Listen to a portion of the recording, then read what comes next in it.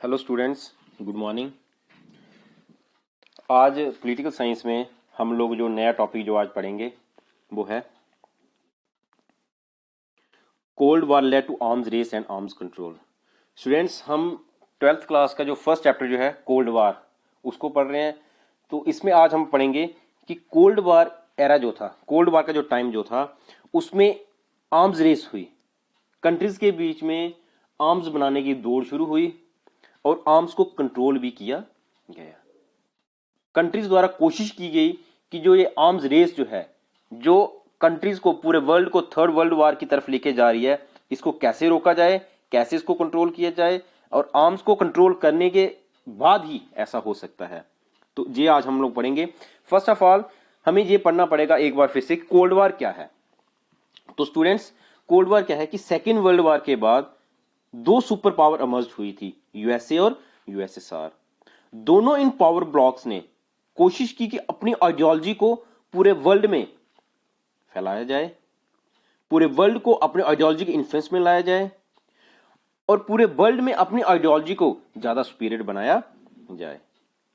मैं ब्रीफली आपको ये समझा रहा हूं कि कोल्ड वार टाइम जो है, कोल्ड वार क्या था कि दोनों सुपर पावर यूएसए और यूएसएसआर अपनी आइडियोलॉजी को, इन्होंने अपनी मिलिट्री ब्लॉक्स जो बनाए थे, उन मिलिट्री ब्लॉक्स के जरिए अपने आइडियोलॉजी को बढ़ाना चाहते थे। एक तरफ यूएसए अपनी कैपिटलिस्ट आइडियोलॉजी को बढ़ाना चाहता था और दूसरी तरफ यूएसएसआर अपनी जो कम्युनिस्ट आइडियोलॉजी जो थी उसको पूरे वर्ल्ड में फैलाना चाहता था। ये दोनों कंट्रीज का एम था कि अपनी आइडियोलॉजी के जरिए पूरे वर्ल्ड को अपने कंट्रोल में किया जा सके। पूरे वर्ल्ड की जो न्यूली इंडिपेंडेंट जो स्टेट जो है, कंट्री, जो नई नई कंट्री जो इमर्ज हो रही हैं, उनको अपने ब्लॉक में ज्वाइन करवाया जाए ताकि खुद के ब्लॉक को सुपीरियर बनाया जाए और जो अपोनेंट ब्लॉक जो है उसको इंफीरियर किया जाए। इसी कन्फ्लिक्ट को कोल्ड वार कहा जाता है। अब हम पढ़ेंगे कि कोल्ड वार में आर्म्स रेस कैसे हुई। तो स्टूडेंट्स, आर्म्स रेस और आर्म्स कंट्रोल जो है, ये कंसेप्ट पोस्ट वार पीरियड का आता है, यानी कि सेकेंड वर्ल्ड वार के बाद जो कोल्ड वार पीरियड जो है उसमें ये कंसेप्ट आता है जब यूएसए ने फर्स्ट टाइम अपना न्यूक्लियर बॉम्ब जो डेवलप किया। आपने सुना होगा कि सेकेंड वर्ल्ड वार के टाइम पे यूएसए ने जापान पे, हिरोशिमा और नागासाकी पे, जो सिटी जो है जापान की, उस पे न्यूक्लियर बम का यूज किया था।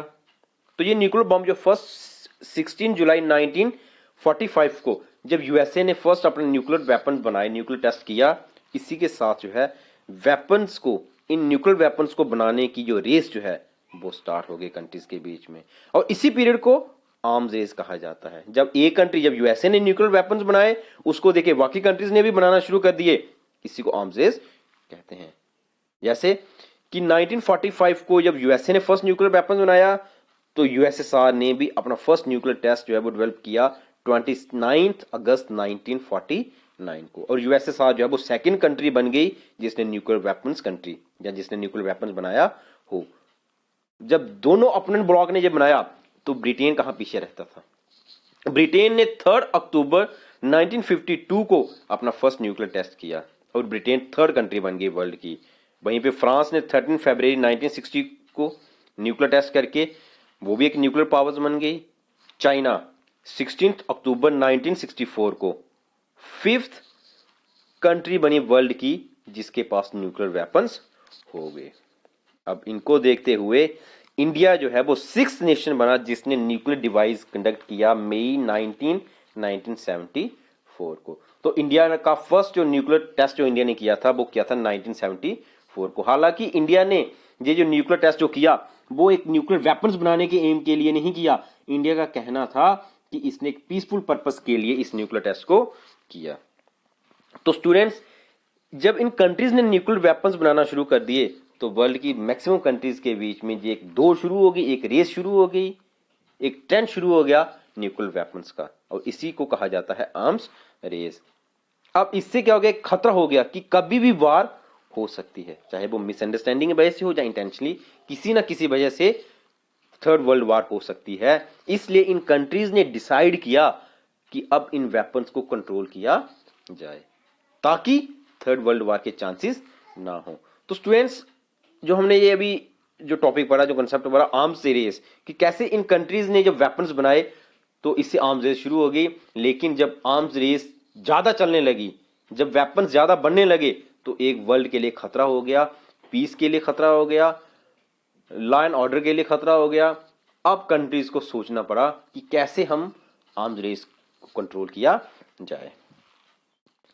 तो आर्म्स कंट्रोल को करने के लिए कंट्रीज ने काफी ज्यादा स्टेप उठाए। आर्म्स कंट्रोल और डिसआर्मामेंट जो है, ये स्टेप, इसके लिए स्टेप जो है इन सुपर पावर्स द्वारा उठाए गए, खासकर यूएसए, यूके और यूएसएसआर, ताकि जो खतरा बना हुआ है वार का, थर्ड वर्ल्ड वार का, उसको रोका जा सके।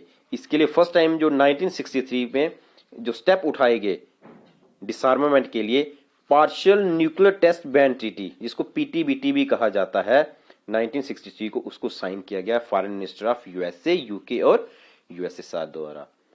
अब जो पार्शियल टेस्ट बैन ट्रीटी क्या है, ये पीटीबीटी जो है ये बैन करती है न्यूक्लियर टेस्ट को एटमॉस्फेयर, आउटर स्पेस और अंडर वाटर, किसी भी तरीके का जहां पर कोई न्यूक्लियर टेस्ट नहीं किया जाएगा। उसके बाद आउटर स्पेस ट्रीटी 1967 ये की गई ताकि लिमिट किया जाए न्यूक्लियर वेपन्स को। जैसे हम आउटर स्पेस में ऊपर किसी तरीके का न्यूक्लियर टेस्ट नहीं किया जाएगा, चाहे मून हो या किसी भी प्लेनेट पे या किसी भी तरीके का आउटर स्पेस पे कोई न्यूक्लियर टेस्ट नहीं किया जाएगा। उसके बाद 1968 को नॉन प्रोलिफरेशन ट्रीटी, जिसको न्यूक्लियर नॉन प्रोलिफरेशन ट्रीटी भी कहा जाता है, ये साइन की गई और इंडिया ने इसको रिफ्यूज कर दिया साइन करने के लिए। अब ये ट्रीटी क्या है, ये ट्रीटी क्या करती है, प्रिवेंट करती है spread of nuclear weapons and nuclear technology, कि किसी भी तरीके के न्यूक्लियर वेपन्स जो है वो पूरे वर्ल्ड में नहीं फैलाए जाएंगे। यानी कि जिन कंट्रीज के पास न्यूक्लियर वेपन्स हैं वो दूसरी कंट्री को बेचेगी नहीं, या उसको बनाने की जो टेक्निक्स जो है वो बाकी कंट्रियों को नहीं देगी, और बाकी कंट्री जो है वो न्यूक्लियर वेपन्स नहीं बनाएंगी। इंडिया ने इसको रिफ्यूज कर दिया। इंडिया ने क्यों रिफ्यूज किया, क्योंकि इंडिया का कहना था कि ये ट्रीटी जो है डिस्क्रिमिनेटरी ट्रीटी है।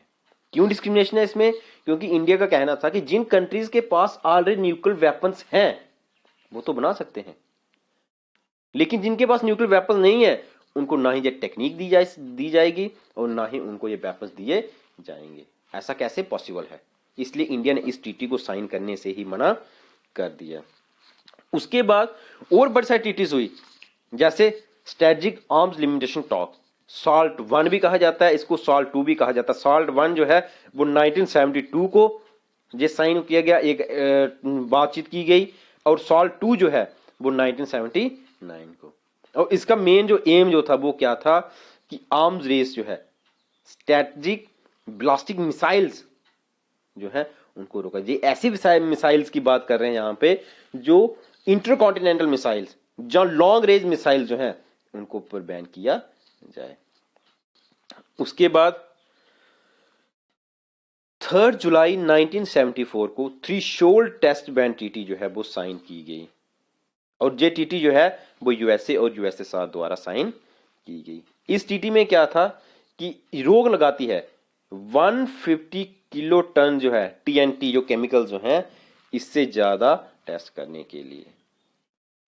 स्टूडेंट सिर्फ यही जितने हमें ये ट्रीटी, इसके अलावा और बड़ी सारी ट्रीटीज जो हैं वो साइन की गई ताकि आर्म्स रेस को कंट्रोल किया जा सके और वर्ल्ड वार थर्ड को रोका जा सके। तो स्टूडेंट्स आज के टॉपिक में हमने पढ़ा कि कैसे कोल्ड वार पीरियड, सबसे पहले कोल्ड वार क्या होता है, कोल्ड वार पीरियड में कैसे आर्म्स रेस हुई, कैसे कंट्रीज के बीच में आर्म्स बनाने की दौड़ शुरू हो गई, उसके बाद कैसे इन आर्म्स को कंट्रोल किया जाने लगा, और क्यों इन आर्म्स को कंट्रोल करने की जरूरत पड़ी, ताकि वर्ल्ड को वार लाइक सिचुएशन से रोका जा सके, दोबारा कोई वार ना हो, वार लाइक सिचुएशन ना बने। इसलिए इसके लिए बड़ी सारी ट्रीटीज जो है इन्हीं सुपर पावर्स द्वारा, खासकर यूएसए और यूएसएसआर, फ्रांस आ गया, यूके आ गया, इन कंट्रीज द्वारा ये ट्रीटीज की गई, साइन की गई, ताकि वर्ल्ड में वार लाइक सिचुएशन ना बने। इसके साथ और बड़ी सारी ट्रीटीज जैसे CTBT, comprehensive test ban treaty, वो साइन की गई। इंडिया ने उसको भी रिफ्यूज कर दिया था, उसको भी इंडिया ने साइन नहीं किया था। तो बड़ी सारी ऐसी ट्रीटीज जो है ताकि आर्म्स को रोका जा सके, आर्म्स कंट्रोल किया जा सके, डिसआर्ममेंट किया जा सके। ऐसी टीटी जो है वो साइन की गई। तो आज के टॉपिक में हमने यही पढ़ा कि कैसे कोल्ड वार पीरियड में आर्म्स रेस हुई और आर्म्स को कंट्रोल किया जाने लगा। आई होप आपको समझ आया होगा। Thank you.